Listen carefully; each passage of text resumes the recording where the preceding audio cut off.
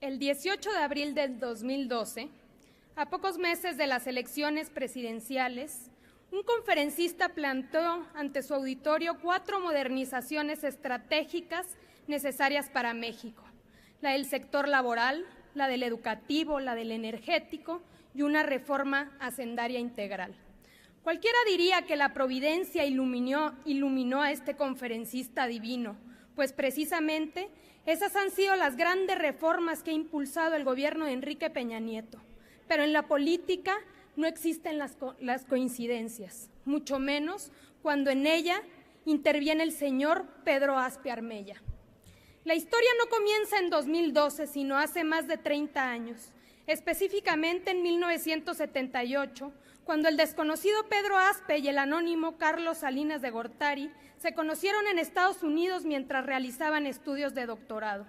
Estos jóvenes ilustres congeniaron instantáneamente, compartieron sus visiones sobre el futuro, forjaron un pacto de complicidad y sellaron con su amistad el destino político y económico de México.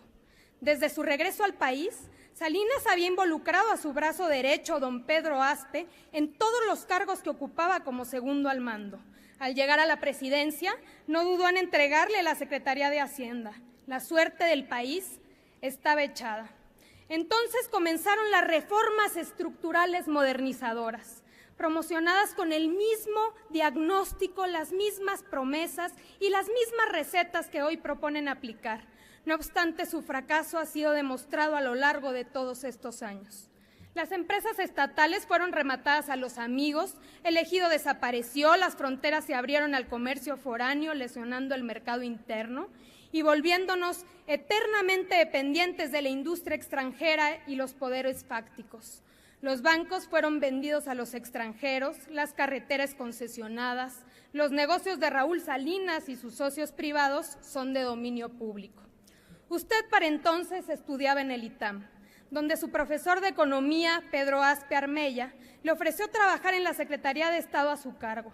Pasó los últimos 2 años de la carrera trabajando como asesor de Hacienda y continuó siguiendo los pasos de su mentor al estudiar después en MIT, la misma universidad que él. Una continua fuente de inspiración, dijo usted de Aspe en los agradecimientos de su tesis doctoral. Ya en 1998, cuando regresó a México y Aspe le acogió como socio en Protego durante más de 7 años, tiempo en el que conoció a Emilio Lozoya Austin. Pido respeto, por favor, presidente, para continuar.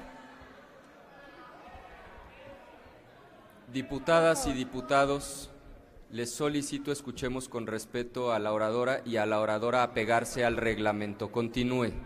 Esto es justamente para la pregunta. Tiempo en el que conoció a Emilio Lozoya Austin, otro alumno reclutado por Aspe, hijo del exsecretario de Energía en los tiempos de Salinas, Emilio Lozoya Talman. Se empezaba a perfilar el plan de Aspe respecto al petróleo. Hasta que en 2005 llegó su gran oportunidad. Nombraron a Enrique Peña Nieto gobernador del Estado de México y Aspe lo presentó con Peña Nieto para que reestructurara la deuda de la entidad, después de lo cual fue nombrado director de finanzas. Mientras tanto, Emilio Lozoya fungía como uno de los directivos de la filial en México de OHL, un grupo español de concesiones y construcción. De ahí, el resto, como dicen, es historia. 2 años después coordinó la campaña de Rubiel Ávila y en noviembre de 2011 la de Peña Nieto, para poder llegar a ser hoy secretario de Hacienda. Era solo cuestión de tiempo para que pudiera poner en acción sus planes, las de Aspe y por supuesto las de Salinas de Gortari. Llegar a este momento y presentar a través de Enrique Peña Nieto la iniciativa de reforma energética. Permítame, Secretario por favor, Videgaray. Diputada. Señoras y señores legisladores, se les solicita que escuchemos con respeto a la oradora. Continúe la oradora. Compañeros, no sé de qué se ofenden. Todos estos es tan solo una historia de datos duros. Secretario Videgaray, usted y sus socios planean aprobar esta reforma energética con una sola finalidad: hacer negocios. Imagínese que 1 mes y medio después de ser nombrado Lozoya Austin como director general de Pemex, tan solo 1 mes y medio después, Pemex adjudicó de manera directa, sin licitación, la primera fase del gasoducto Los Ramones, un proyecto de megainfraestructura gasífera con un costo de más de 2,000 millones de dólares. Ese megaproyecto se le adjudicó nada menos que a Sempra, ahora llamado Iénova, empresa dirigida en México por Carlos Ruiz Sacristán, compañero del propio Lozoya Austin en OHL. ¿Quieres saber a qué empresa asignó Pemex para llevar a cabo el armado financiero? A Protego, de Pedro Aspe.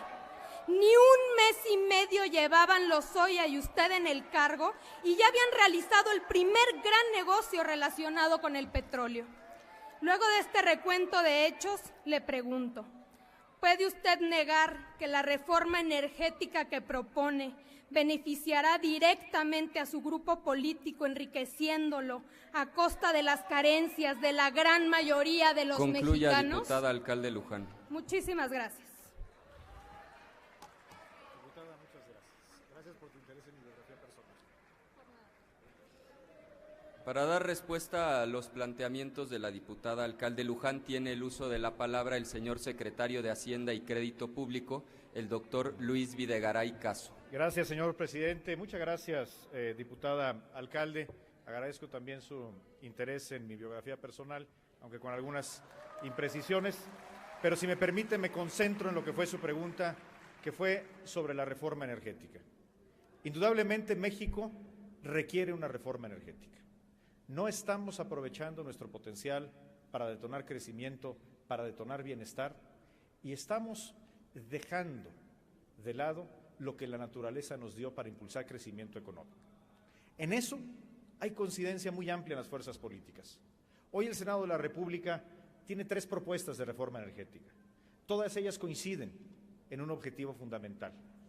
Primero, que Pemex siga siendo una empresa de los mexicanos, pero que encontremos nuevas formas creativas para detonar el potencial en beneficio de México. Yo estoy seguro que el Senado de la República, como Cámara de Origen, está haciendo un trabajo responsable y a la altura de lo que necesita México.